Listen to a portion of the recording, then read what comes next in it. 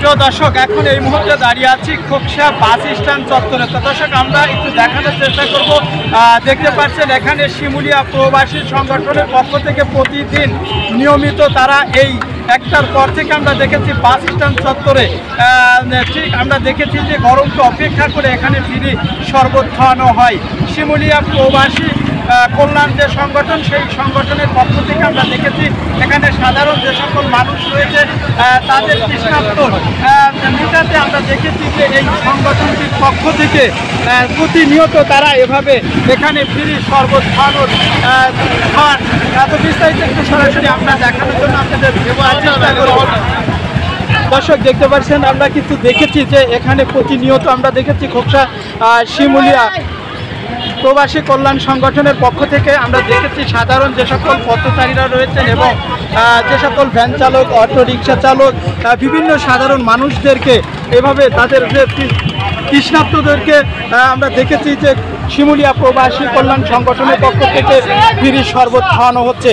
তো বিস্তারিত একটু জানানোর চেষ্টা করব যে আসলে তারা কিভাবে এই উদ্যোগ নিয়েছে এবং এই উদ্যোগের তাদের সার্থকতা কী এবং তারা কতদিন যাবৎ এভাবে ফ্রি শরবত খাওয়াবে বলে আমরা একটু জানার চেষ্টা করব।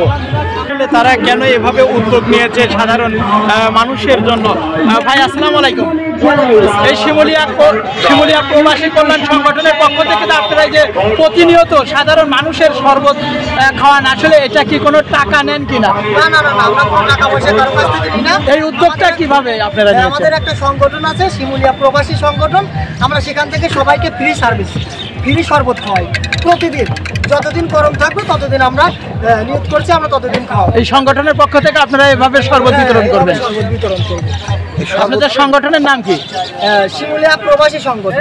আচ্ছা, এই শরবতের মধ্যে আপনারা কি কি মেডিসিন দেন? আমরা এই শরবতের মধ্যে অনেক কিছু দিচ্ছি, বিট লবণ দিচ্ছি, লেবু দিচ্ছি, চিনি দিচ্ছি, তারপরে আছে আপনার ওই যে বরফ আছে, অনেক কিছু আছে। তাতে সাধারণ মানুষের ক্ষতি হবে না উপকার হবে বলে মনে এটা করেন? স্বাস্থ্যসম্মত, সাধারণ মানুষের ক্ষতি হওয়ার কোনো সম্ভাবনা নেই। এই আপনাদের এই ফ্রি শরবত খাওয়ানো কতদিন চলবে? যতদিন আমরা যতদিন গরম আছে ততদিন চলবে, এভাবেই খাওয়াবেন? হ্যাঁ, এভাবেই। আপাতত বৃষ্টি যতদিন না হয় ততদিন আমরা খাওয়াবো।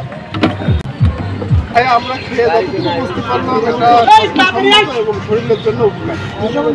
শরবতটা কেমন হয়েছে যদি বলতেন?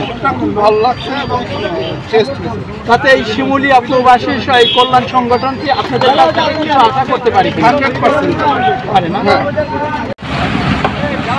ভাই, আসসালামু আলাইকুম।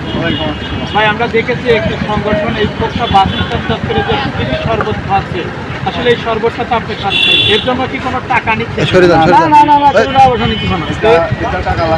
এই শরবতটা খেয়ে কেমন লেগেছে? এটা খেয়ে অনেক ভালো লাগছে। এটা খেয়ে কি আপনার শরীরের জন্য আসলে পারফেক্ট নাকি আসলে পারফেক্ট। সংগঠন কি আপনার কাছে কোনো কিছু পেতে পারি কিনা?